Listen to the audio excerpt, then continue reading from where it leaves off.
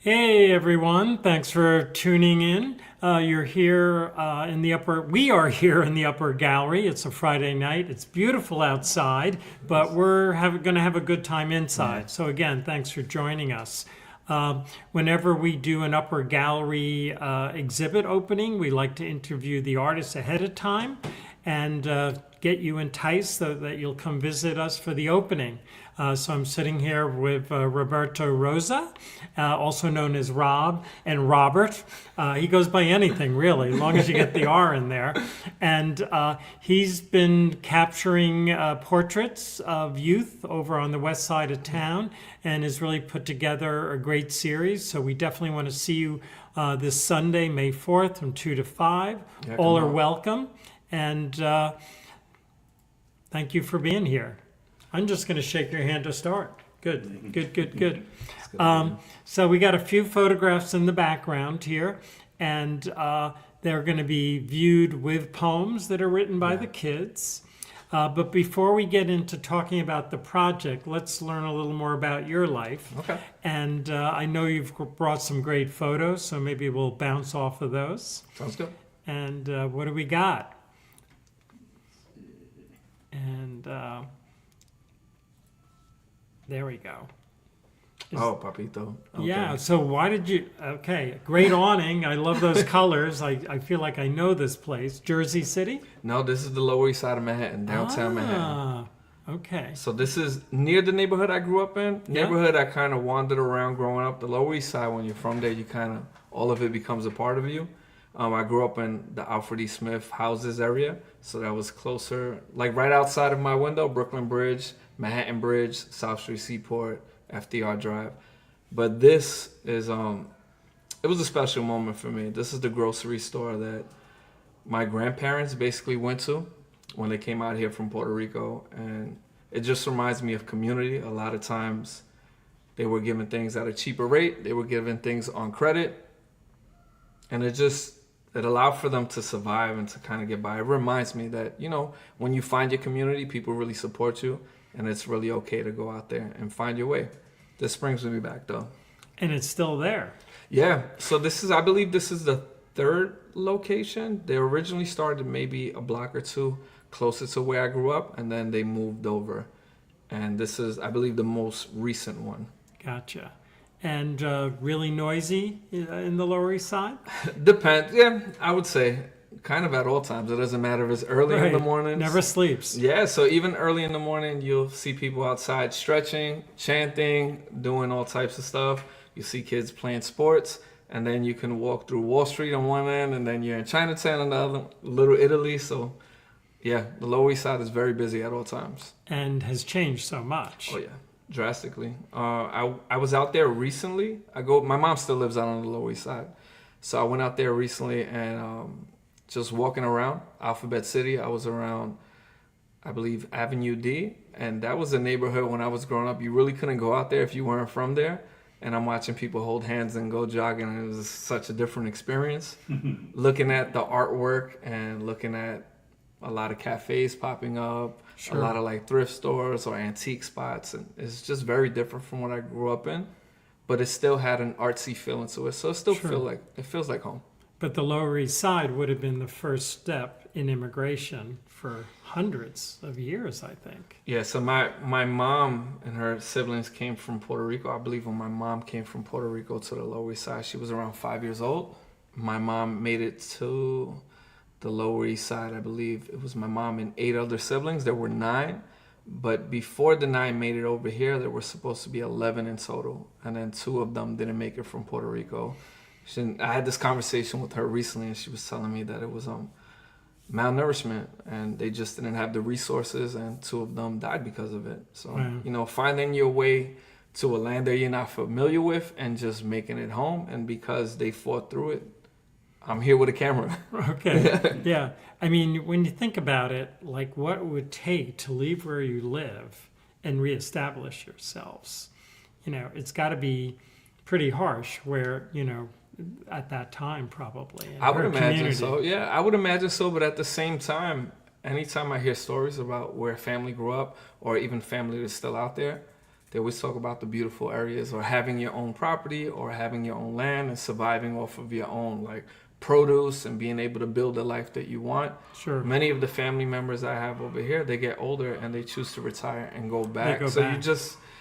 So it is like it's very confusing at times because I don't know what would make you come over here with that many kids to start over. Like I told you earlier, I have 2 and I'm like, I'm barely surviving. Right. So how are you out here with she lost 2, so they're probably literally starving. Yeah, that's true. So who's this? It's my wife. Okay, Shakira. Hey, Kira. The first responder. So excited for this interview and the exhibit. And I think we'll probably see a picture of Shakira later. Yeah, we have a photo of Kira. Or are we better? Right? Oh, yeah. Oh. Wow. And that's my grandma. Wow. Yeah, my grandmother recently passed away, I believe. Sorry to hear that. Yeah, tough loss for me. That was really like my best friend. Anybody that knew me, I'm always there. I was always at my grandmother's house, found like comfort, always just being there from a young kid, even as an adult. To her last days, she passed away recently. I believe we make 2 years without her this summer. And she would have been, I think, 103 or 104 in August. She lived so she made it to 100. Yeah, and she was a fighter. Right. Sweetest lady you would have ever met. Very welcoming, so loving. Just the nicest person ever. But she really wouldn't take photos. So we don't have too many photos of her. But with me, whenever I had a camera, my wife and I would go over there. We would dress her up sometimes. So you see, I threw Ray-Bans on her. I was going to say, did she wear Ray-Bans? No, so I go, Grandma, put this up. And she does she used to do whatever I told her to do. She put on the Ray-Bans and I go, throw up a peace sign. And she has this. So I have a small series. I knew it wasn't the finger. So yeah, no. And so the Ray-Bans are kind of like her cover, her mask. In a way, yeah. Yeah, so she agreed to do it. This was cool. It was a portrait in her home. I have a small series of photos from my grandma, and I just, black and white, I always want to remember her. Sure. And one of the photos that I took that same day, I believe it's on her headstone. Mm-hmm. So it was... In a way, it's sad, but in another way, this photo's on her headstone? Not this one, okay. But one that I took, I believe, either that day or around that time. Right. And it just, in a way, feels really good that a moment that I had with her is what everyone's gonna look back on to kind of remember her. Well, I'm sure she was so cool. Look at this. How many? No.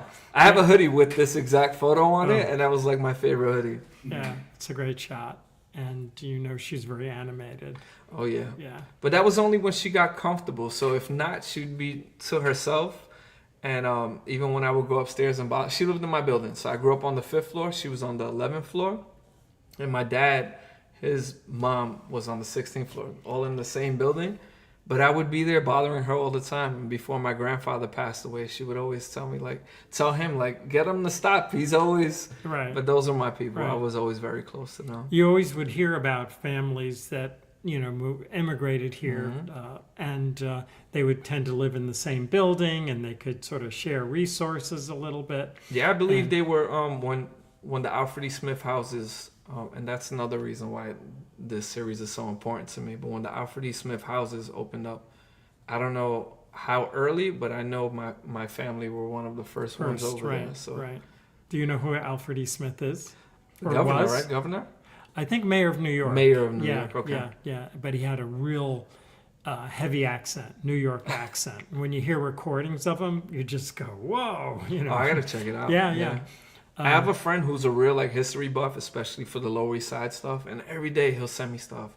And he's like, did you know that over here, the 6 train used to go over where Chinatown is at? And did you know where this building is over here? They didn't have that. They had railroads down here. So it's really cool to learn more about that. And I think it's important when you grow up in a neighborhood named after someone to try to pull that information. So I'm going to do my research. And so many of those neighborhoods have changed. Like Chinatown was like 1 block. Yeah. Little Italy was much bigger, but Chinatown is sort of, morphed into a much bigger area. Yeah, Chinatown, I love going to photograph Chinatown. One of the photos that we might talk about later on, I went through a phase with fisheye lenses. Okay. Everything was like shooting through a peephole, and you'll see one of my favorite shots from Chinatown later on. Chinatown has a real good place in my heart, and it's also where I took that shot, and we'll talk about it later. overcoming the fear of walking the Manhattan Bridge. I used to be terrified because it would Wow. shake. Yeah, yeah. The train would go by and it would shake, Sure. and I would be petrified being up there. But that was cool. Did you ever go to Chinese New Year's? So this year I was supposed to go photograph it, and it was the first year where it lined up. I had a free day to go do it, and then it stormed. And so I told my wife, I go, I think they're canceling everything because there's no way you can. It was like a real storm. It wasn't just raining. Right. I ended up not going, and then when I check online, They'll all never these photos. cancel that. So I didn't know that. So now I know, like, I'm going rain or shine, bring an umbrella. I have a camera that's weather sealed. I have Right. lenses that are weather sealed. I have to I make mean, it it's out. like New Year's Eve. You know, you Yeah. got to do it. I You just gotta got to do get it. out there. But that I'm passionate about. I would say the Puerto Rican Day Festival for Jersey City and Chinese New Year. Since I don't know, ever since I picked up a camera, I always wanted to see it. The dragons, the colors. Sure. There's so much life, and And it's there's very always vibrant. a year of the rat, year of the Yeah. dog. You know. And I grew up with a lot of friends in Chinatown. So the neighborhood I grew up in, walking distance from Chinatown, Little Italy, then we had Knickerbocker, which was so it was very divided. So you had like the Italian neighborhoods, then you had the Chinese neighborhoods. And my wife laughs all the time. She goes, "The Chinese people you grew up with are very different from the Chinese people we grew up with. They seem really like extra tough in that area." And I explained just the some backstory of growing up in Chinatown and stuff we came up against. Because it they're makes next more to sense. Little Italy. No, Yeah. who knows? Who knows? Cool. Oh, Let's that's see. my grandma, my uncle, and my dad. See? Bobby. So They wait call a me second. Bobby, So yeah. there's another Robert Rosa? That's my dad. I'm the third. Oh, so my wow. grandfather was senior, my dad's junior, and I'm the third. Oh, okay, okay.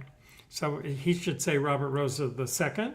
Yeah, or junior, I think he usually says. Okay, it doesn't matter. They I'm call just- him Bob. So Okay, everyone knows him yeah. as Bob, and when I was younger, Sure. I'm Bobby. Everyone Okay. that knows me from when I grew up on the Lower East Side, it was But Bobby. when you get together for a party and let's say 3 generations of Robert were there, Oh, yeah. it's complicated. It's so funny. I didn't even know I was a Roberto until closer to college. I remember putting in like all the paperwork, getting ready for college, and I looked down. I'm like, Roberto.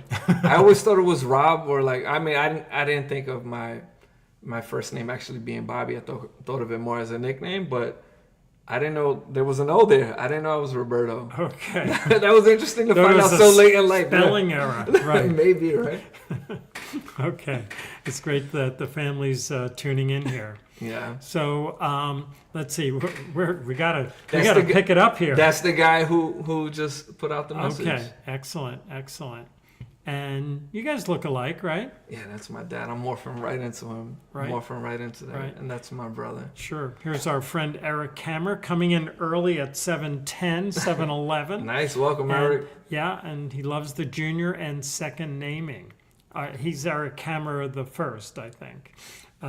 And Jonathan Barrios, God bless you, bro. So Yeah, he's that's- really your bro, That's like, or just a friend? so that's a friend from college that really became like family. So Oh, that's, cool. And he's also a photographer. Okay. So he got really excited when he saw this. He's like, "You got an exhibit?" He's like, "I always wanted to do an exhibit. I didn't know how to go about it." So I told him, "Stop by the exhibit and we'll figure out like what's the next step for." I believe so he's originally from the Bronx. We went to school in Nyack, upstate New York, Sure. and just being able to document where he's from. So I think we'll work on a project. He's Okay. such a great There's got to photographer. be some spaces in Nyack. Oh that, yeah, so you either know. Nyack or they're in Jersey now. So we'll find something. He has such a great eye. I would love for him to share some of his stories. Sure. Sure. Sounds good. Sounds good. So that's And me with that's you on the little gray right. suit. Yeah. And did you tie that tie? Oh, maybe. It's a clip It on. might be a clip. It's a clip on. I know it. It's perfectly tied. Okay. That's why it's a Yeah, clip on. Exactly. And who's on? That's my The left. big brother. Big my brother. big brother Jason. Yeah. Okay. That's my sister. Wow, everyone's Baby here. sister. Emily Rosa, doing great, bro. We're so excited for you. Yeah, they live Okay. in Florida now. It made me really sad that they couldn't be here. Right. Because she cheers me on from, I don't even know, from the moment I picked up a camera. She's like, just go for it. Like, what are you passionate about? Even with the writing, when I started doing slam poetry and going for the Jersey City Slam and doing nationals and other places, she's always like, go for it. Like, what's holding you back? You live Sure. life one time, go have fun. Right. So it's cool to have family that really pushes you Nice. for Yeah. it. I mean, a lot of family sometimes is a little shy about supporting the arts, right? Yeah. Because they think, well, if he gets really into it, how's he going to make a living or whatever? That was my dad when so my brother's a barber. Okay. Licensed barber. I was following in his footsteps right after before college, because I turned our dorm room into a barber shop. Really? So that's how I survived through college, cutting hair in 2 North, on the second floor in Mosley Hall. What school is that? So this was Nyack College. It was a Okay. small Christian college up in I believe West Nyack, New York, upstate New York. Sure. And that's how I made it through, cutting hair over there. I mean, I did it through, I would say, junior, senior year of high school. Messed around with like learning different things with cutting Sure. hair. Really got into it more in college. Then after college, my brother took me on as an apprentice. Right. And the goal was to open up our own shop. And we even spoke about maybe having a shop where you can, I don't know, figure out some type of like retirement plan for other ones, get some type of medical, dental insurance, and really set people up. So this is before you would have these barbers that are on social media getting all types of endorsement deals. We were just thinking of like, how do you survive and turn it into like a respectable trade? Because it really was. You can Sure. do so much with it. Yeah. I had a friend, I remember graduation day. It wasn't my graduation, it was another friend. We went to stop by, and his dad pulled me aside, and he goes, "You cut hair?" And I said, "Yeah, you know, right now I'm just a barber." And he said, "You never say that. You're not just a barber." He said, "Because the person that's in this high position, someone gave him that haircut to have a nice appearance, and that opens up doors for conversations." And he said, "Remember, you have the ability to change someone's appearance and ultimately their life on how you..." And he goes, "How many people do you sit down in a chair and you coach them through moments? There's so much that you do that you don't give yourself credit for." So, Interesting. but my dad was always saying, like, "I don't know about you cutting hair. Like, you can make some quick money, and it's good money on the spot, but there are days where it might not last, and you don't know." Right. He always had really good career So jobs. I don't know why, but right now there seems to be like an explosion of barbershops in everywhere. Hoboken. Oh, And yeah. Is there some like barber reality show that's making it cool to do or something? Or They try to have one, I believe. What was it?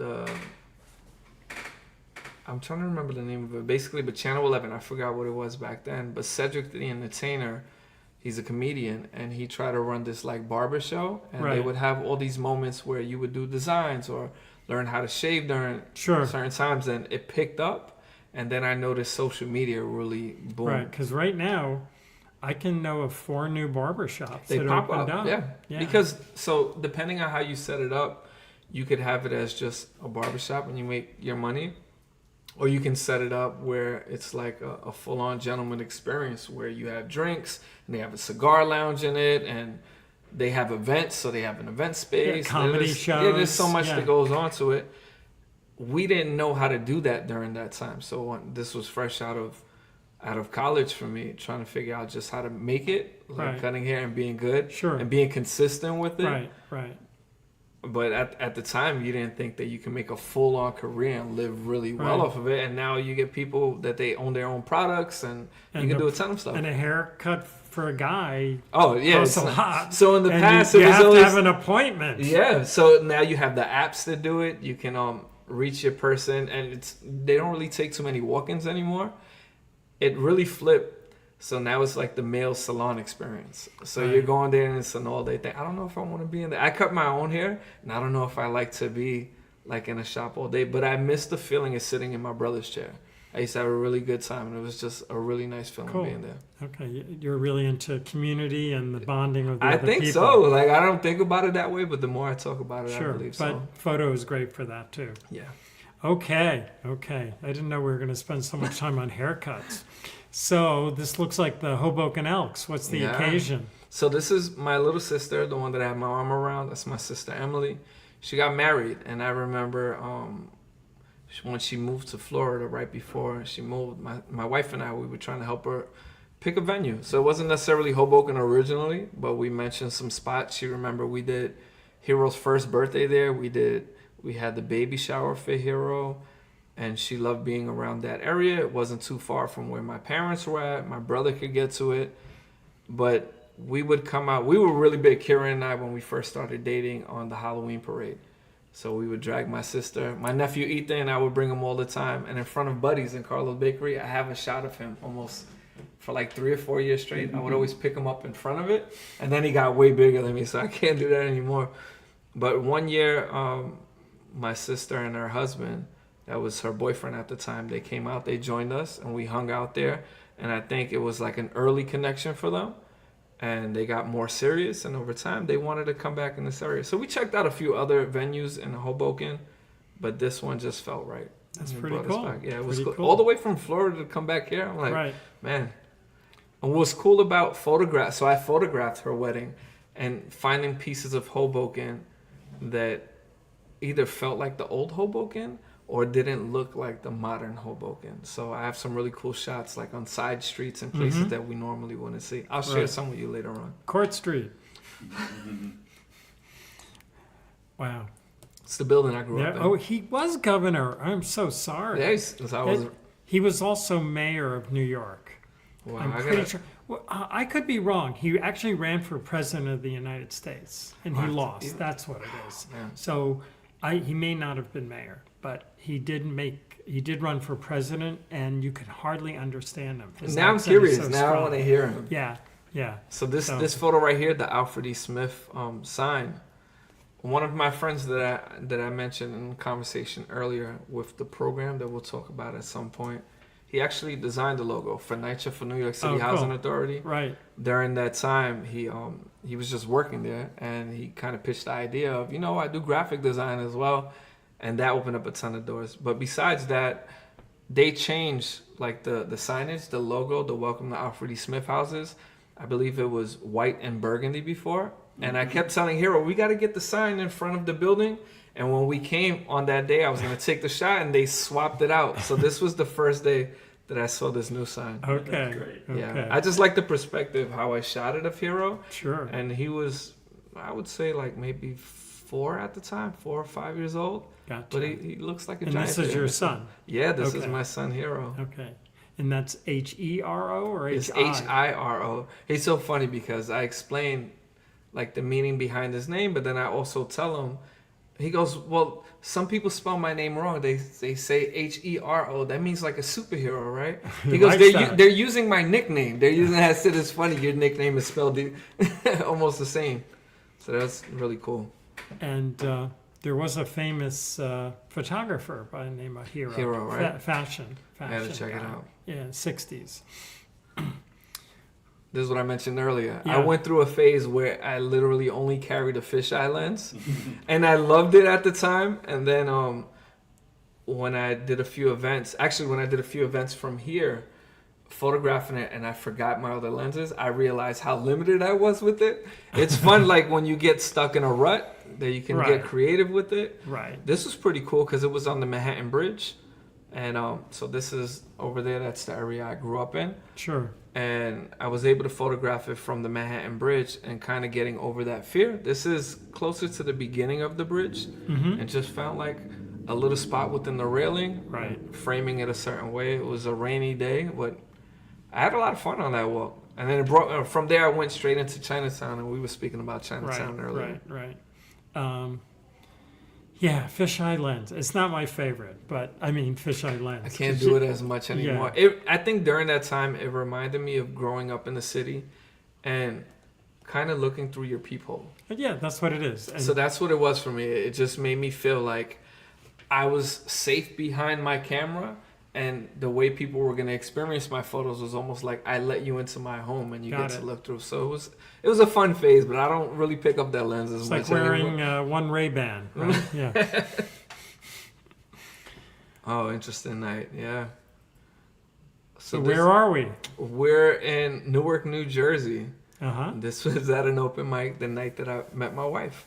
And my wife was blogging, and she had a camera that night. And this is kind of what kicked off everything with photography for me. And did you know each other at No. this point? So we met that night. I had my best friend from college, my friend Jeff, was also like the godfather to my kids. Really, really good friend of mine. He kept telling me like, while you. Oh, so before I get into that, I got injured. So we spoke about cutting hair, and that's where it kind of went downhill. One time on my break, going, I believe, on like somewhere between 18th Street and 23rd, around that area, and I believe 5th Avenue, they just installed the bike lanes. And I'm in a bike lane on my lunch break, killing time, and a taxi hit me from the back, and I went the distance of like You're 2 on the vans. bike. I'm on a bike. So I Right. got hit from the back, but from the side, and I went flying the distance of like almost like 2 vans. and I landed like this, had surgery here, had torn rotator cuff, messed up my lower back. And so I tried to tough it out for a while, but I couldn't really cut hair Too the much way that, pain. it was Yeah, way too much. sensitivity. And Really tough season. I wasn't allowed to work during that time, so there was a case that was open. I remember the street was completely empty when I got hit. When I lay on the ground, the guy from the taxi with me, it was a yellow taxi cab. He's trying to get me. I don't even think he meant it in a malicious way, but he was trying to get me to go sit inside of the taxi. He's trying to help me up, and some lady shouts, "Don't let him touch you!" And I'm calling 911. And then I look, and there's like a whole crowd of people around. And so in that moment, I knew I probably wasn't going to be able to cut hair anymore. But I went into almost like a depression because I couldn't do anything. Wasn't allowed to work. Physical therapy 5 times a week. And because I didn't have money coming in, I would walk the Brooklyn Bridge to go to physical therapy. And I had that could be depressing. But I also started to pay attention to the details around me. And so having a camera, eventually, I didn't have a camera at the time, but it made me view things in a way that I didn't before, pay attention. And when I got my hands on the camera, it kind of worked itself out. Right. What happened over here is during that period where I was injured and I couldn't work, my friend was like, well, we used to record music in college. So I used to write rhymes, and he was a producer. I would write poetry.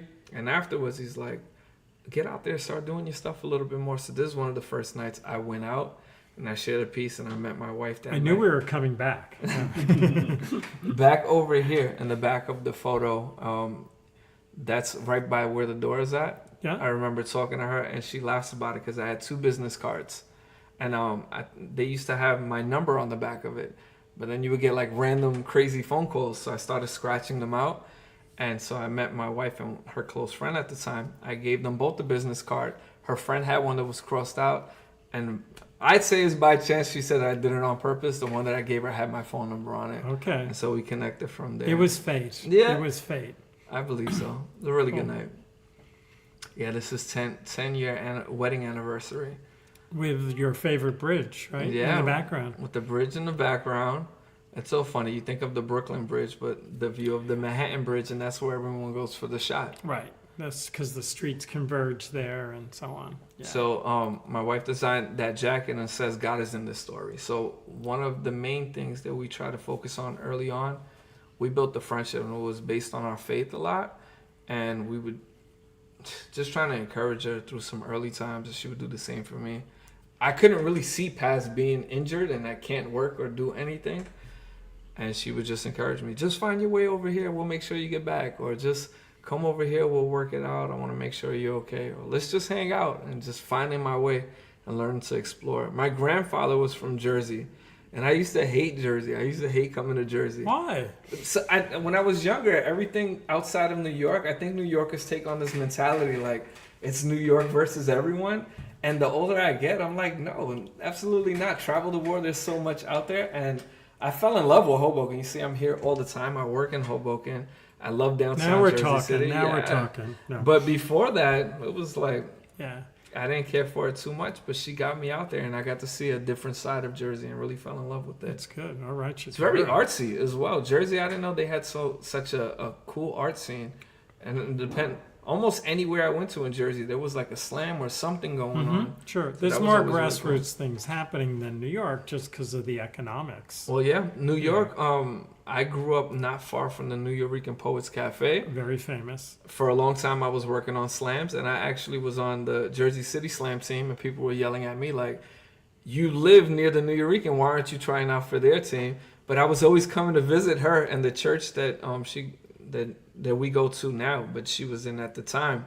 It's around the corner from where the slam was at. Okay. So I would do the slam and then meet up with her after. So just, poetry and faith, it just tied us back in. And poetry for you just kind of intuitive, or where did that come from? Yeah, poetry. I don't know. I feel like I was always a creative writer.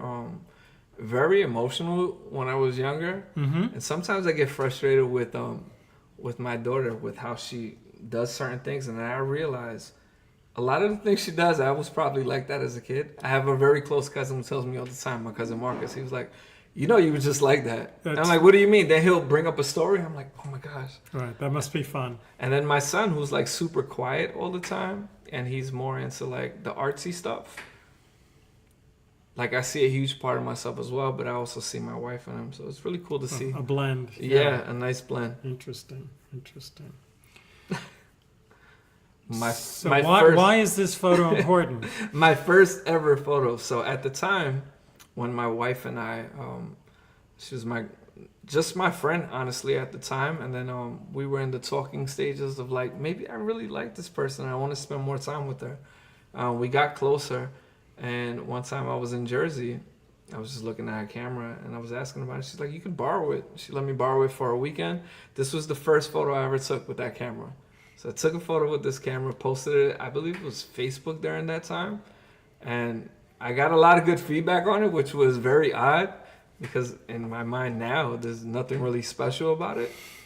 But you see where you grow. This is how I start. And I think it was such an important part because this is right behind the building I grew up. My building is actually on the other side, but I would always face this basketball court. So it meant a lot to me. Just learning how to capture moments and not always worrying about getting the technical stuff down to make your picture look sharp or fancy. Some of the best photos I've ever seen are like blurry photos. It's capturing the moment, and this brings me back. Accidents can be really important. Yep. Wife and kids. 10-year anniversary on the Brooklyn Bridge. I was going to say, I think that's Brooklyn Bridge, just from the we go back there. It's just like, it always draws us back. We always talk, we wish there was a bridge from Hoboken to New York. Yeah, that would be so cool. Just what a great way. Kira and I were talking about, I think, I'm trying to think around what area. So like where the Sinatra statue is at, and they have like where they do all like the concerts and stuff. Yeah. We were saying they should just build some type of a bridge, like a walkway that goes straight over there. She's like, are you crazy? You know the amount of money the city would lose going back and forth? They're never going to do something There's like that, but then there's, you do have maritime traffic on the Hudson River. And on the East River, you don't really have that. So that bridge would have to be so high for big ships to go through. Thinking of like... Or open up. And then the ramp for that bridge would have to start in Secaucus. And so, who's going to want that bridge ramp going through their brownstone? That is true. You don't think about the details and everything that goes into it. And I guess that's why they're building a tunnel underneath. Do you think there's going to be a point where we can get to New York faster, or you think... Never. No, right? Because it wouldn't make sense. Financially, it wouldn't make sense, but also just what you just It would explained. make financially sense to us. Yeah, but, for us, it would be great. We're not exactly in control. And kayaking or sailboat might be faster. So, from downtown Jersey City, we see like this. I forget how to explain it, but it basically connects the tunnels, and then you see the other side. So my dad, he's a senior inspector for the fire department in New York, and he does all types of inspections. And so he'll let us know, like, I'm in this area today. I was actually on the ground. I'm 17 levels below ground. Right, I'm in this mine cart, and it's really cool. But it brings me back to how could we make this work? And he laughs about it too. He's like, "There's Keep no thinking way though. You may come up with it. That would be nice. It sounded like you were describing the air vents that ventilate the Holland and Lincoln That would make Tunnel. sense. Yeah. So. Oh man, emotional moment. So this was when COVID first hit, like really hit hard. I caught COVID, and remember now it's like, oh, you have it really bad? Stay home for 3 days and then come back to work in 5 and just wear a mask and you'll be fine. But back then, you had to quarantine. I believe it was like, I don't know, it was like 10 days or like up to 2 weeks. It was something crazy. like that at the time. So you were at school, I was really, right? Yeah, but so this was, as you see, I'm wearing like Christmas pajamas from A Christmas Story. But this was around Christmas time, and luckily, even though it was horrible that I went through the experience, luckily it happened when it did, because I had that Christmas break to kind of recoup, and I didn't really deplete all of my sick days. But I was home for almost a month straight, and there's a room on the side, and I was literally stuck in that room. And we were in a 1-bedroom apartment, so now we don't have such a small apartment. We've upgraded to a 2-bedroom, and we have 2 bathrooms. So you have the space if you had to go through that again, but at this time, trying to navigate it and being stuck in that room, Hero used to sit at the door and just stare at me. So he didn't talk much when he was younger, and he would just stare at me, and I could see it, like the sadness. And this was the first day that I gained enough strength, and I didn't test positive for COVID. I didn't have any fevers or like any types of pains. It was a really rough month. And that was the first day we came out. It just so happened to be Christmas Day. Sure. Okay. That's really important. Yep. First day out of quarantine. First day out of quarantine. Yep. He was hidden for a month. It was Christmas Day. Yep. So you guys agree. This is good. Yep. Fact checking, right? That's right. That's right. So another photo, this brings me back to COVID. If you look up, they didn't have any masks yet for kids. Right. So Hero was so young at that time. We were searching the internet, like, well, how do we keep him safe? Because at the time, I remember even the maintenance guys in our building, like, even if you're going to throw out the garbage, you have to cover your eyes and your face, and you can't touch anything, and then you got to run back in. So we found that there was a certain material that was close to, like, a thermal, like a pajama he had. We cut it, and we ended up sewing the strings into it, and that was his first mask. And I believe his mask says something like, choose kindness. Okay. And there was nowhere to go. It was literally a vacant city. You couldn't go anywhere. And we used to go to the Newport Mall rooftop and just hang out. That was like our place of peace. And sounds kind of sad. Like Hero's first mask, you know. Yeah, you like would think. First bicycle. So that's actually the mask that he had on right there. It wasn't great. too far from there. It's it says not a choose threat. kindness. Wow. So this is... I have a friend named Frankie Soto who's a poet. And he published his first book, like first official book. And he wrote a note for us he signed it for us, and he goes, I believe it was page 114. I could be wrong, but he's like, turn to this page for the roses. And when I opened it up, he wrote a poem based on how like how a 4-year-old, a 3 or 4-year-old at the time, kind of deals with Black Lives Matter. And so for Hero, you know, he's dealing with what his mom is seeing, what his mom is experiencing. He's learning how to be in his own skin. That was a shirt that he kind of painted with his mom. And also looking at me, like, how does my dad fit into this time? Because even though he's an ally and he's someone who supports my mom and he's really there and we're pushing through, he's photographing the moments. But there may be people that don't see him as an ally. And there may be people that are like, why does this guy have a camera with him?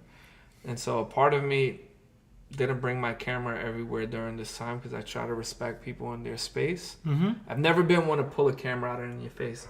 But this was a moment where I just felt like I had to be there, and you can see the emotions. And Hero almost, a part of me wants to believe that he wasn't aware of what's going on. He's just kind of living in the moment. But a part of me thinks that he was really affected by it, and he could kind of understand what's going through it. That shirt was really important, and everything was, it was just a moment that really hits me hard, and it brings me back to the poem by my friend. It's just a moment I'll never forget it. So this is at the Black Lives Matter. Jersey This was City? Yep. So this was, I believe, in front of City Hall, and so we all gathered in front of City Hall. We made some signs for like some close friends that we lost.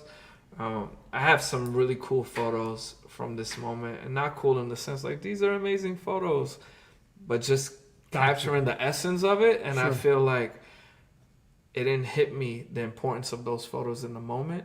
It was just I was lucky enough to have a camera with me. Right. But man, it really brings me back. I showed some of the photos to Hero recently. He's like, I remember that. Like, wow, the fact that you can... And he would point out some details. Like, I remember my Aunt Shay was there. And I remember my cousin walked with us. And then we went here after.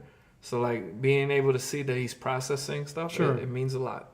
It's always funny when you're a young kid and you're shown photos of when you were at an event like this. Do you really, does the kid really remember it?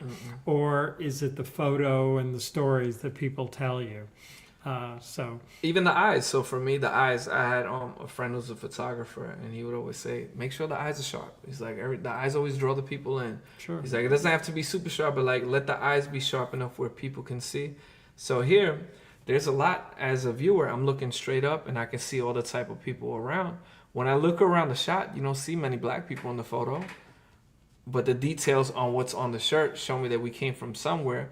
She's holding her face and like sadness and some type of pain, but she's looking in a different direction than my son is, and I don't even think he's looking up at me with the camera. So I'm curious to like what grabbed his attention at that moment. Sure. It's a good talking point. So it's a photo that you don't know where it's going to go in conversation. Right, because it almost seems like she's seeing something that's really shocking. It's something that he may not even quite understand yet. Yeah, and I can't quite figure out. But the way she's holding his arm is really protective. My skin is not a threat. I feel like that's so important. We've gone through phases where now he likes to wear his hair in braids. When he was in kindergarten to maybe first grade, he would always have his hair out, and his hair was always so.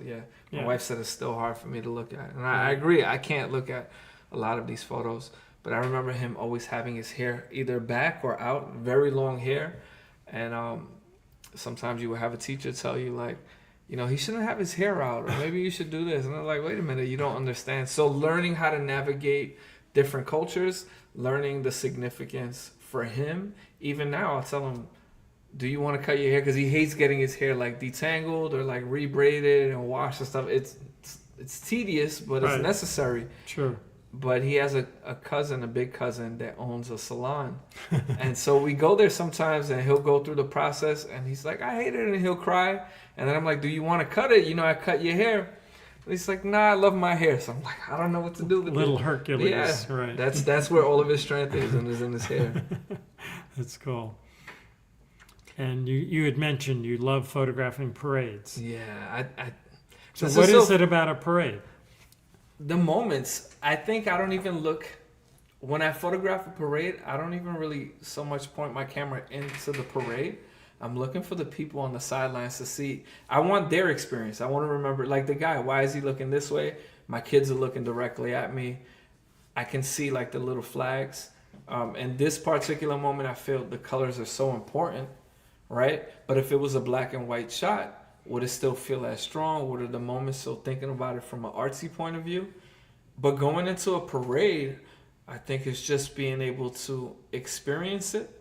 And for this parade, I really like that they didn't barricade it off. I kind of just jumped into the parade, and I photographed everything from floats and politicians to the baseball teams and all the things going on, and I made some connections.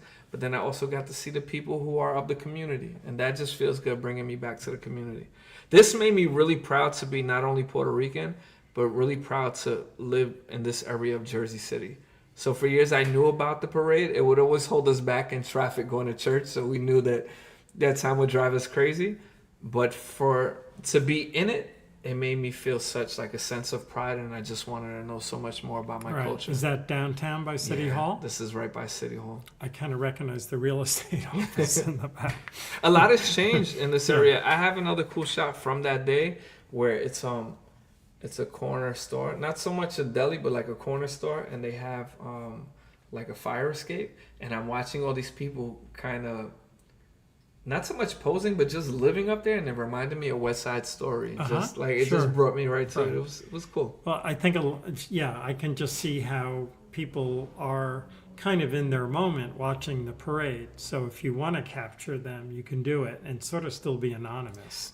So if I pulled up a camera on almost anyone in the street, they're like, "Why do you have a camera on me?" Right. But a place like a parade, they welcome, and it's like, capture this moment for me so that people know I was here. Right. And it just feels good to have that type of power, but to understand the power in a way where you're not abusing it. You learn, like, I'm documenting, and these photos are more for you than they are for me. Right. It's an interesting moment. Yeah, and you know really when you is. cross the line, too. Yeah, you feel it. You sense it right away. Like you're in someone's space. Mm-hmm. Cool. Okay. Oh, man. Yeah, beautiful shot, black and white, great figure ground, but there's a story behind it. Yeah, so this is my godson, my wife's godson. We call him Puka. And this is at my wife's family's house, Uncle Bob's house. So Uncle Bob, yeah. See, Bob's a great. Uncle, I agree. Right. Uncle Bob has this really big house, and he has a really nice backyard, like huge, and he has a really big pool, and the family will go out there. This is the first time that I went out there, and when we went out there, we got to hang out, and I brought a camera, so I got photos of like the family hanging out, basketball games going on. But this, I sat with Puka and I was trying to figure out how to mess around with the f-stop. And I'm like, how do you get the photo where you focus on something, but it blurs out the other stuff? I couldn't find any of that information. So I told him, I'm like, hold this.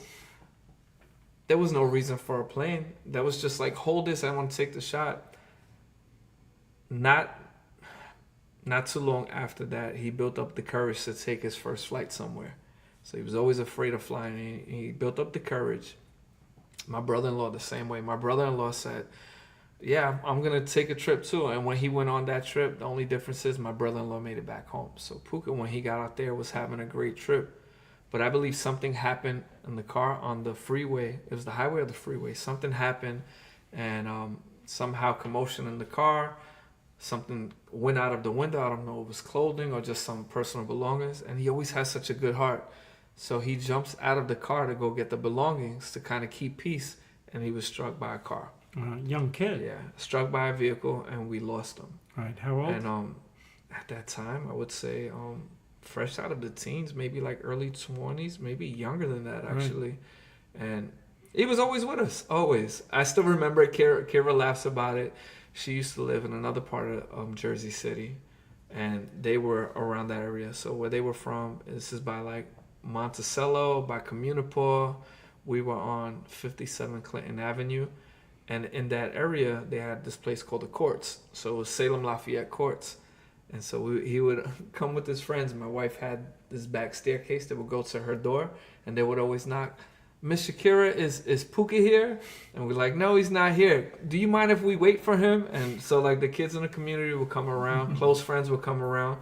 First time I went to like really spend time with my wife, and when we were first dating, I'm in there and it's just Kira and I talking. I believe her sister was there.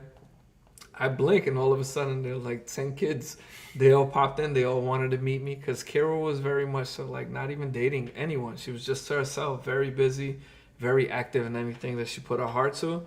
And so to find someone that she wanted to build a relationship with, for them, they were like, we got to meet this guy. So they were very protective of me. And to this day, he was really like a son to us. We kept him around. They had a fish market across the street from where his building was at.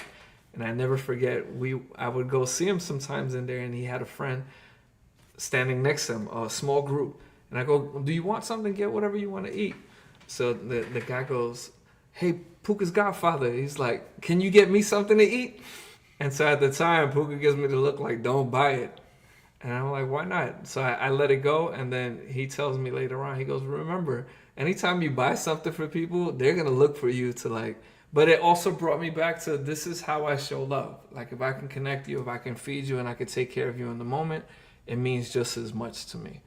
So this, man, that photo gets me. I can't even really look at the photo. I've printed it before, but I don't like look at it much. It brings me back. Good memories of who he was, but like a sad time for us. The family still mourns to this day. It's a lot. But the picture is a great way to connect. Yeah, and so many details. Like who knew an airplane going on that flight? Who knew the moments? Who knew that lens that I learned how to mess around with? I believe this was my 35 millimeter lens, and it went down finally to like a f-stop of like 1.4 or something, and I learned how to use it. He taught me so much in that moment on how to use my camera, and in return I was able to give him that moment. And no fisheye lens. No fisheye lens for this one.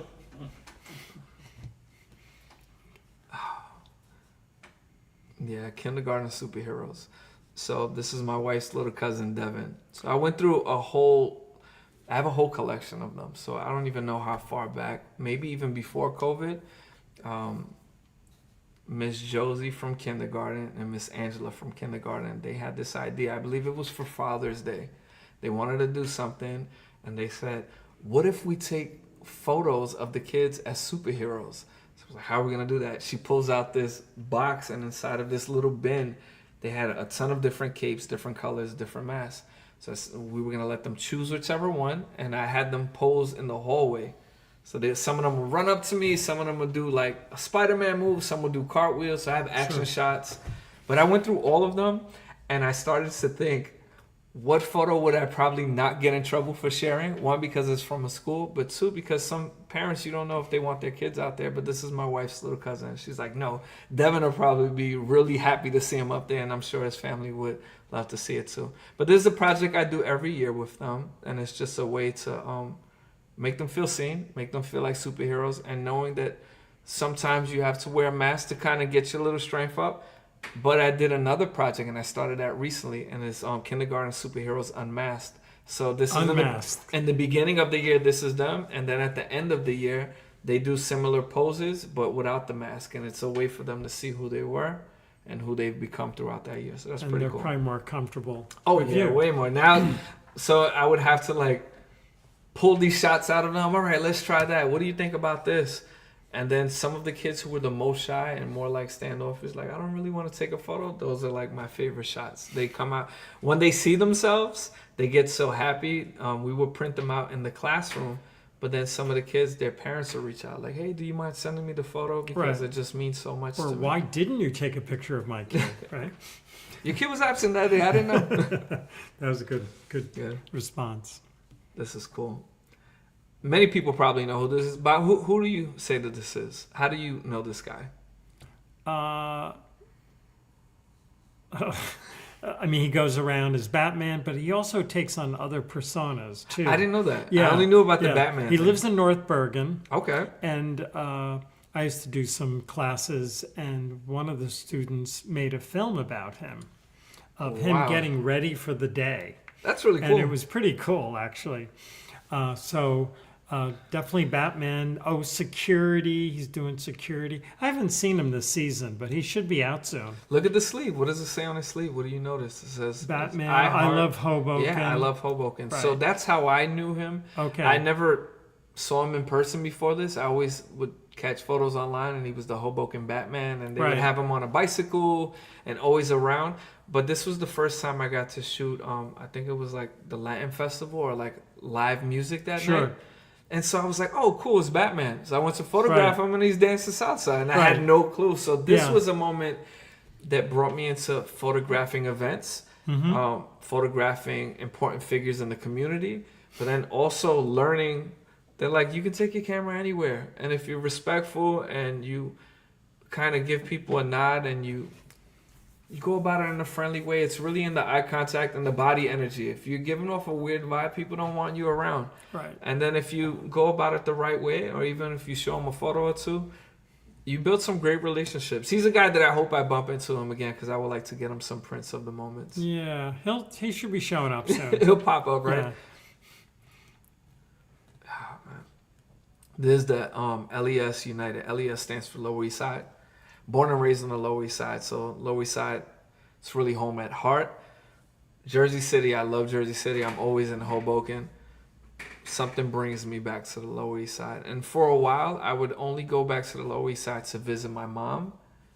But for a while, I promised my friends that I was gonna photograph the festival. And every year something would come up. Every year something would happen. Or my biggest flaw as a photographer is I would say, let's do it. You would say, hey, can you photograph this thing? I'm like, put me on. I want to do it because I genuinely want to do it. Then I get home and Kira's like, we have 3 events that day. What are you doing? Like, you can't do it. So this day, it worked out. That's a childhood friend of mine, Pedro, doing amazing things. They have a program called Growth and Goals Mindset, and it's based out of, I believe, the Henry Street Settlement. That's on the Lower East Side as well. My friend Martin Medina, I believe he was the founder of Growth and Goals Mindset, and it was just teaching like the youth. I thought it was the youth of just the Lower East Side, but when I got over there and I got to mingle and chat with the kids a bit, I learned that they're from all over the city. Really a great mentor. Comes from the music industry, very close. I believe his mentor was Paul Rosenberg, who's very famous in the industry. But the support that he gets and the love and the time that he pours into the kids, and not just saying, all right, let's hang out, but he teaches them the business side of music, teaches them how to read a contract, how to understand situations, how to read the room. He puts them in places that most stores just aren't open for you yet, and he bets on them. It's like, no, these kids can make it, and this is what you're going to do. The kid all the way to the left with the glasses over here, with the white glasses, maybe 12 years old. Incredible music producer. So I watch them sometimes on live. The guy next to him, he plays the guitar. We have some that rap, some sing, and he just pours into them all the time, teaches them money management, learning the business side of things, learning how to love your community, how to give back. But also here, he provided a platform for them to perform their music. So that was cool to see the LES United Festival, where they have a bunch of businesses that contribute time and effort and different things. But he was like, no, we're not just building up your talent behind the scenes. This is where you make it work. Go out there and show them what you're doing. And Sure. that just means so much. Being back home. This reminds me of being back home and how important it is to pour back into the ones that you love. And I love this photo. so this is one of the photos that's in the exhibit. Yeah, back here. It's behind us. That's right. And we've been talking about a lot of stuff, and it's been really great. It's fun, and your energy and Thank you. I appreciate sincerity and really come through. But this project was very special for you too, and this is sort of the basis for the exhibit. These photographs. it. Yeah.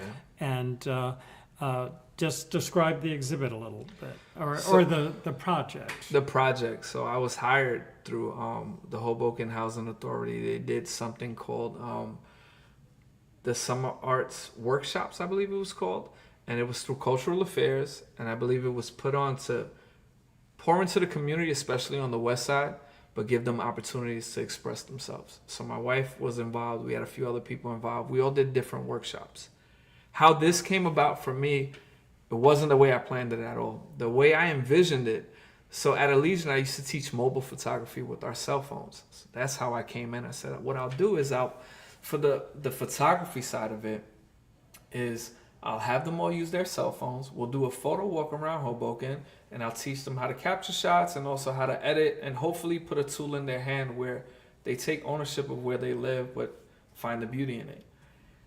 When I got there and speaking to the kids, realizing the majority of them didn't have a phone, or they had a phone and the camera was broken or something was wrong with it, I had to kind of like think on my toes. And we had a really good conversation with the kids. Derrick sat in on that one as well. My wife was there. And I remember the question was, let's go. I'm going to go with you guys. I'll take the pictures. Bring me to the beautiful parts of your neighborhood. And they all said, there's nothing beautiful over here. I'm like, what do you mean there's nothing beautiful? They're like, no. If you go to Washington, if you go down to the waterfront, if you go over here, they're fixing those parts of the city. But over here, there's nothing beautiful. Like, what do you mean, man? I couldn't understand it. And we didn't get to do anything on that day, I don't believe. But I remember going home and like wrestling with the idea of like, how do I help them see themselves? And I ended up back in the conversation again. My wife was there. Derrick was sitting down. And we didn't get all of the kids. So some of the poems that people will come experience in the exhibit, a poem may not necessarily have a portrait that goes with it. Or like you might have a really cool portrait and then you can't find the story behind it. So tying into the photography part, we said, okay, so how do we bring the beauty to the community? It was almost like a question that just went over their head at the moment. And we came up with the idea of, all right, let me take your portrait in front of your building. And this is a statement of you being the beautiful part of your community. And so we did that. And this is one of my favorite ones. This is in front of his building. I believe his mom passed away in that building. Or that's the building that he grew up in. And very passionate about football. We spent a lot of time before we got this shot of him jumping off of different things, trying to catch it. It was just something about the framing of it. How natural it came out. Him in slides like slippers, you don't see that. Yeah. But he's such a passionate person about it. And he said, I just want to get it. And if you look at the photo, you know he's reaching for it. He didn't quite grab it yet. And that reminds me that anything you put your mind to, it's within grasp. Like you can reach for it. But the effort you put into it, is the bounce enough for him to get up higher? Did he time it enough? Did the moments just line up perfectly? And so this brought me back to, how do we get these kids to realize that you're powerful and you're strong in that moment? And I wanted to capture them in a way that represented them. So for him, I could have sat him on the steps. I could have shot it in the staircase. But it was like, how do you want to be remembered? He loves football, so we did it. And that was one of the shots we caught. And it just stays on my heart, that shot. I love that shot a lot. Lucas, a great kid. a lot of times they'll talk about that type of moment where things really come together as the decisive moment, the moment. Yeah, And it really was. it's hard to capture. You got to shoot a lot, and but I think what you said is the most important part. The kids may think they're a little bit marginalized, living in the housing authority, old buildings, that are always needing maintenance and so on and so on. But what's beautiful is the kids. The kids are beautiful, but they may not see that because their personalities are still being formed, and they need encouragement. It's also what you're exposed to. So being able to bring a camera, I remember after that he was like, when are you going to teach me how to take pictures? Right. So he's like, you should lend me a camera, or like, do you have an extra camera that I can Right. use? And I remember those moments and how passionate he was. He told me, he goes, hey, I'm trying out for another football team. They have, I think it was the shoulder pads or the helmet. It was the helmet. He goes, they have these helmets that are kind of good helmets that we get through the program. Right. But there's one that I really want. How do we go about fundraising? And so we spoke about, I could teach you photography, or like I'll go with you and help you figure stuff out. But if you show me that this is what you're passionate about, I'll try my best to pour into it. Going back to when I used to cut hair, I had a kid that eventually he got in trouble after I got injured and stopped cutting his hair.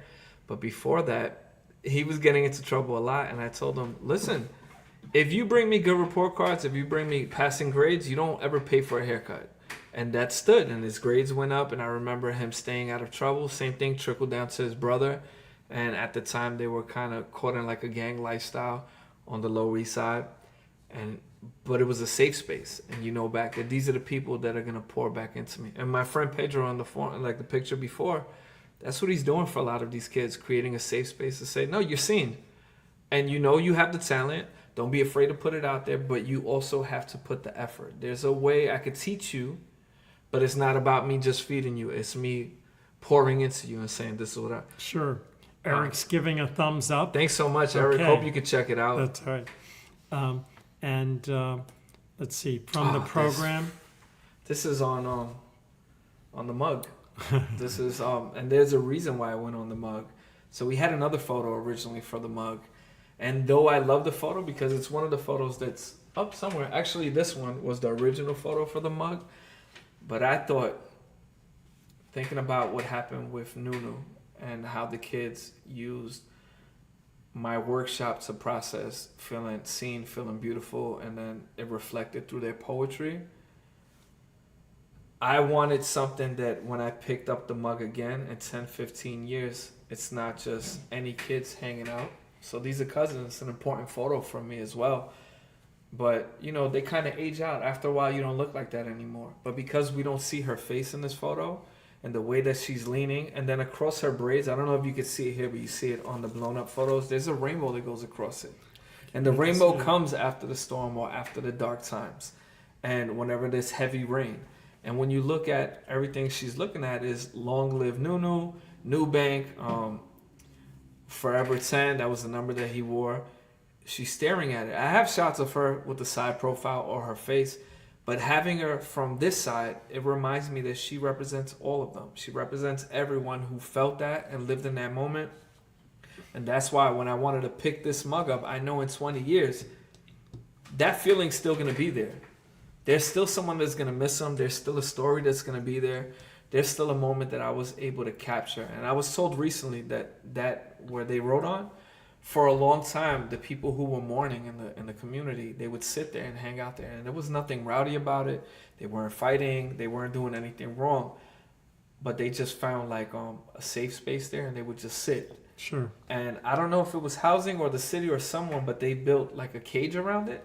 So you can't even get to it anymore. So that's the moment. You should give some context. Who was Nunu? Nunu. So Nunu's Damon Murray. Nunu was, I believe he was a para. So he was an educator. He was getting ready to become a fireman. So they honored him with the center, and we'll get into that later, but they also honored him with the helmet, and they honored him as part of the class that he was going to be in. And he was an incredible athlete, did a ton of stuff for Hoboken High. But so many people had so much love for him. And this was someone that I didn't know him personally. But going through the photos and speaking to the people that knew him, it just really brought me back. I remember losing friends that I grew up with to tragedy, and I lost a childhood friend to another friend that murdered one of our friends. So going through this moment, it wasn't necessarily like a close friend to him, but it was a familiar face. Sure. And that hits the community, because this is where you feel safe. Even if your community itself is wild. Like, I grew up in parts of the Lower East Side that were kind of crazy, but you felt safe there because the crazy or the wild people were your friends or your family members. So for you, it wasn't anything dangerous. And so I want people, when they look over here, to realize that you have to find the strength within, and you protect the community, and you love the people while they're still alive, and you show love to them even when they pass on. And we have to find ways to keep their name alive. And I'm so grateful for the community to pour back into that, and the love that they showed them recently with the balloon release.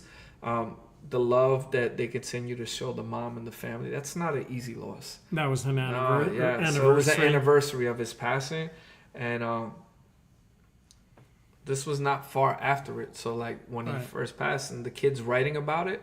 Some of the poems you'll read here, I won't go over them here, but I know there's even one that says like, since Nunu's been gone, like it feels empty here. And though everyone's here, I wonder if they can see us. So that's crazy. Like, you can obviously physically see the people there, but to not feel seen as a part of the community and the community that you love, it's hard. Kira and I, we talk about Hoboken born and raised. She recently bumped into somebody that she had a good conversation with, and they're like, we never see you around here. Where are you from? And I'm like, you can't be from out here. And she's like, Hoboken born and raised. And then the guy was like, oh, spoke too soon. Like, I didn't realize it. And he might have been someone like me who came from the city or another place and just fell in love with the city of Hoboken. But Hoboken is a place that draws you in, where you immediately feel like, I want to be a part of it. Hoboken didn't always feel so much like a family town as far as like building your family here from when I first started coming around. But I started to realize that now it's like a boom of kids going around, and you see the nannies everywhere, and you see we're pouring a lot of attention towards the growing of the community. And so it's nice to see like a community center like they did with the Damon Murray Center. It's also in one of the photos, a smaller print. They named the center after him. It was tough at first, and the conversation was rough, because though the name of the center was a person that the community felt love for, the gym wasn't open to everyone. You had to sign up to use it. So it's like, you put it across the street from us, you name it after our friend and family member, but we don't have full access to it. So in a way, though you're giving us a nod, like we see you, we don't really get to use it the way that we want to. One step at a time. Yeah, but I believe they're starting to make progress on that, and they've opened it up a lot. So I commend the city for that too, for trying to make ways for people to feel accepted in. Sure. Okay. And we did want to just put this in type and give credit where credit was due. And I think the audience can see it, but as you mentioned, it was part of a summer arts program presented by the Mayor Ravi Bhalla, the City of Hoboken, and Dance With Derrick. Yeah. So cultural affairs. And cultural affairs. Yeah. So cultural affairs, they creating an opportunity for us as creatives to say, this is how we would like to pour into the community, to pour into the kids. It opened up a platform to do that. What became of it? You never know what it's like when you're working with kids. Sure. And we were all lucky enough to take whatever workshop we had in mind and let it become what it became naturally. But part of working through that, I remember talking with the kids and the families when they came on the last day and just saying, I see this is bigger than right here. And I don't know if it's going to be in the museum or if it's going to be like in a book or something, but I want to celebrate you guys. And so I'm so grateful that we can partner and be able to do this. Yeah, I mean, I think one of your strengths is really being able to pivot when you need to. Like, here you are, let's do this program. And then you realize the kids might not even be interested in what you are interested in. Yeah. So you have to really listen and see how can I work with them? And you did do that. And so the program was very important. It got you there, but you sort of bounced off of things and made it your own. But you also celebrated, where the kids lived, and most importantly, the kids themselves. And you worked within this program. Yeah, the kids pulled us in. I'll tell you, I believe I was hired to teach 3 times a week for 3 weeks. And my wife, the same thing, but we spent almost all the time being there. They pulled us in even when we weren't teaching. The last day, my wife helped out with the dance. We kind of helped coordinate and put stuff together. We worked with some of the people from Cultural Affairs, and I believe I believe Annie helped out that day. Annie printed out the original prints of some of the poems. Annie and we put McAdams, them up. I think. And Annie had 2 other people. I'm so bad with names, but she had 2 other people who led a theater workshop, Right. and they worked with us that day as well. And being able to put it all together, it was cool because it showed us that we all have something to give back. And whether it was my medium and tool of picking up a camera or teaching them how to express themselves through writing, or my wife doing it through sustainable art or wearable art, Sure. It brought us back to say, like, no, you know what? We can all contribute something. And it's our duty as a community to say, like, it takes a village. And Sure. it does. And we have to become responsible with the power that we're given, and we have to use it the right way. So I'm grateful that I had a camera with me, and I'm grateful that over the years I've gone through all these experiences to bring me to a place where I can pour back into them. Right. Do you want to read Vera's comment? Hey Vera, this was an inspiring conversation between 2 talented photographers. Bob, I got to check out your work as well. That's right. We speak about it. Um, That's my father-in-law, my dad. wow. What's up? going on, Enjoying Dad? this Love You Son. Very I nice. love you too. Thank you so much for tuning in. Wow. Even if you are wearing a Knicks hat. Yeah. I think I just looked at you for the first time. I've been looking this way, not that way. It's so funny. That's We were funny. leaving earlier when I was on my way to the museum, and I bumped into a parent of one of my students, and she goes, I love bumping into you, Rob, but you got this Knicks hat on. And she was like, I'm a Boston girl. And she had a friend with her. Right. She goes, she's a Boston girl too, and we're going to crush you guys. I'm like, this time around, we might have what it takes there's going to be a good fight. So I'm excited. Good.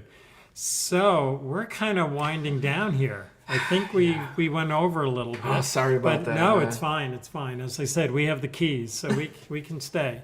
Again, a reminder that we didn't really show too many pictures from the project because we want you to come here on Please Sunday. do. Yeah. Anyone who was the subject of the photograph, their parents, people involved with the project, with the city, with the mayor, we'd love them all to come. And we're going to have a nice day on Sunday celebrating this work. It looks good. It feels good. The poetry. I actually haven't read the poetry Please yet. read through it. but, Some of them. It'll bring out the photos even more for you to watch. And I was trying to be really encouraging of that. So I'm looking forward to that. And the exhibit will be up until June 22nd. So that's a pretty good run. I can bring my students in. I just realized this during the time. I can bring in my middle school students. Definitely. So that would be great. And Deb Deb. Rosner, wonderful Hey, Deb. interview. Keep up the. Who's Deb? Deb works at Elysian, so she Oh, works okay. as an admin in the office. Right. Always supporting as Right. well. We've had quite a few classes from Elysian. Yeah. And I like the principal too. Yeah, Susan. so- Shout out to Susan Grierson. Okay, there Thanks you for go. showing See, all the this is a support. moment. Yeah. You got Yeah. to thank all these people. Yeah, but these are Okay. great people. It's so easy when you have people that really pour into you and encourage you to want Sure. to move forward. So Yeah, I'm really definitely. grateful for that. Good. And a few more thank yous before we push pause. Hudson County Office of Cultural Thank you so Affairs much. is a funder. They fund all our upper gallery exhibits. And we never separate history and art. We do both. And Hudson County is supporting the arts portion.